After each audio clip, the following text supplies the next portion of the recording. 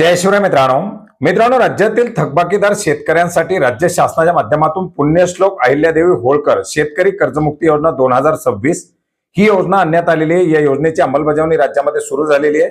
याच्या अंतर्गत पहिली, दुसरी आणि तिसरी अशा 3 याद्या प्रकाशित करून जवळजवळ 17,58,432 शेतकऱ्यांच्या याद्या आतापर्यंत पोर्टलवरती प्रकाशित करण्यात आलेल्या आहेत। याच्यामध्ये प्रायोगिक तत्वावरती पहिल्या 532 शेतकऱ्यांची, याच्यानंतर पुणे जिल्हा मध्यवर्ती सहकारी बँकेचे 61,900 शेतकऱ्यांची, तर याच्यानंतर 16,96,000 शेतकऱ्यांची, अशा प्रकारे 17,58,432 शेतकऱ्यांची यादी आतापर्यंत प्रकाशित करण्यात आलेली आहे। आणि याच्याच अंतर्गत पात्र असलेल्या शेतकऱ्यांना आपल्या ॲग्रिस्टेक फार्मर आयडी, आपला आधार नंबर सह येत्या 2 दिवसामध्ये तात्काळ केवायसी करून घ्यावी, अशा प्रकारचं आवाहन आता त्या जिल्ह्याच्या उपनिबंधक कार्यालयाच्या माध्यमातून करण्यासाठी सुरुवात करण्यात आलेली आहे।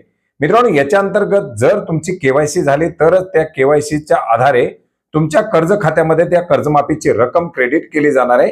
आणि याच प्रक्रिया तात्काळ पार पाडण्यासाठी या योजनेअंतर्गत पात्र झालेले जे काही कर्जदार शेतकरी असतील त्यांनी आपली केवायसी पूर्ण करून घ्यावी, अशा प्रकारचं आवाहन करण्यात आलेलं आहे।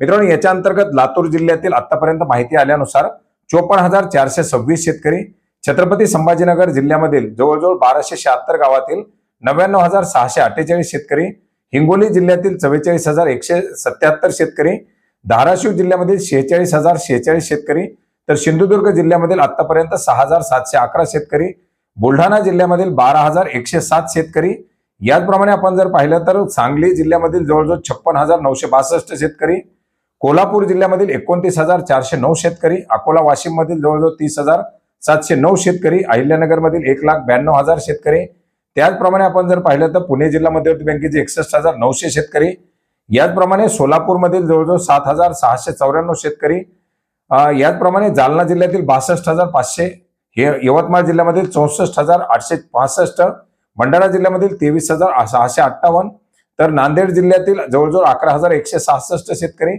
याचप्रमाणे इतरही जिल्ह्यातील जे काही शेतकरी आहेत अशा शेतकऱ्यांची एकूण 17,58,432 शेतकऱ्यांची यादी आतापर्यंत प्रकाशित करण्यात आलेली आहे। याच्यामध्ये ज्या शेतकऱ्यांची माहिती येईल त्या शेतकऱ्यांच्या माहित्या याद्या पुढे अपलोड केल्या जाणार आहेत।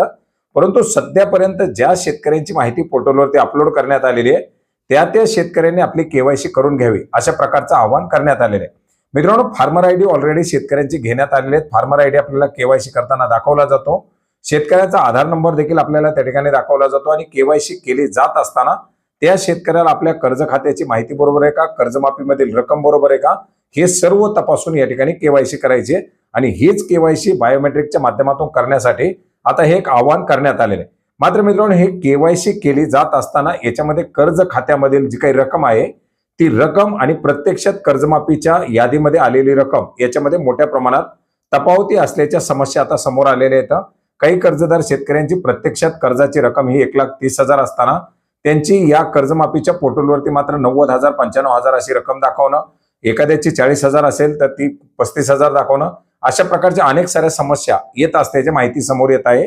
आणि याच पार्श्वभूमीवरती अशा शेतकऱ्यांना आपल्या बँकेशी संपर्क करून आपल्या कर्ज खात्याची रक्कम तपासूनच ही केवायसी करावी लागणार आहे। आणि आता तात्काळ केवायसी करण्याचं आवाहन करण्यात आल्यामुळे शेतकऱ्यांमध्ये एक मोठ्या प्रमाणात भीतीचं, संभ्रमाचं वातावरण निर्माण झालेलं आहे।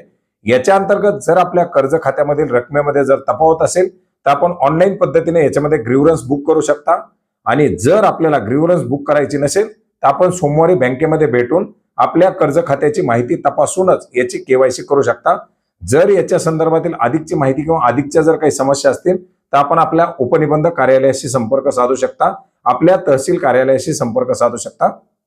धन्यवाद।